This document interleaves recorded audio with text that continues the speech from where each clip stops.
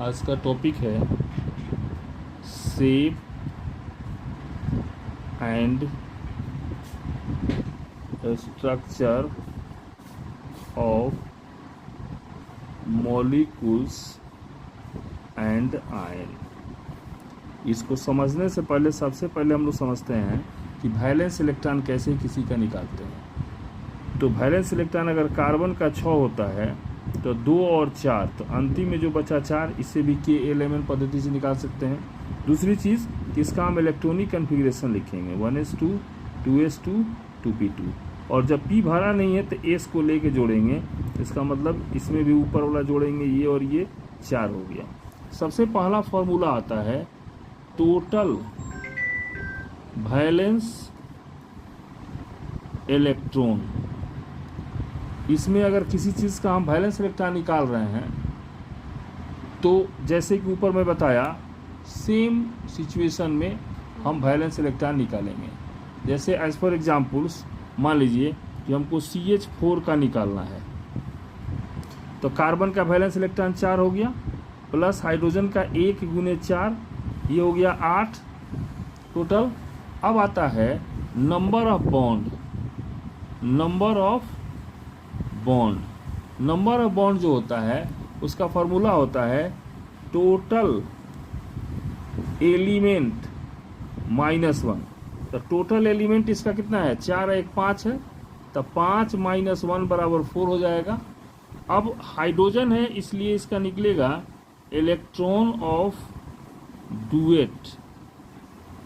इसका होता है Nb गुने 2, और अगर हाइड्रोजन नहीं रहेगा, Cl रहेगा, Br रहेगा, दूसरा कोई भी रहेगा हाइड्रोजन छोड़ करके, तो Nb गुने 8 उसका फॉर्मूला होगा, वो भी मैं बताऊंगा। तो Nb आपका है 4, तो गुने 2 बराबर 8 हो गया। अब इसके बाद आता है lone pair electron. Lone pair electron का फॉर्मूला होता है कि टोटल वैलेंस इलेक्ट्रॉन, और इसको शॉर्ट में लिखते हैं Nb, और इसको शॉर्ट में लिखते हैं EO, और इसको शॉर्ट में लिखते हैं LPE। Total valence electron minus ED/2। देखिए ये जो 8 आया हुआ है ये टोटल वैलेंस इलेक्ट्रॉन है। ED जो आपका आया हुआ है वो भी 8 आया हुआ है, यहाँ लिख देंगे /2 बराबर ये 0 हो जाएगा। अब आता है इसके बाद सीधे टोटल ऑर्बिटल रिक्वायर्ड। ये कहता है Nb जोड़ LPE। Nb आपका जो आया है 4 आया हुआ है, और LPE आया हुआ है सो 0 आया हुआ है, मीन्स 4 हो जाएगा। इसके बाद आपको समझने वाली बात क्या होती है, हाइब्रिडाइजेशन। जैसा कि मैं पूर्ववत वीडियो में दिया हूँ हाइब्रिडाइजेशन का, कि अगर इसके हिसाब से कि अगर TOR अगर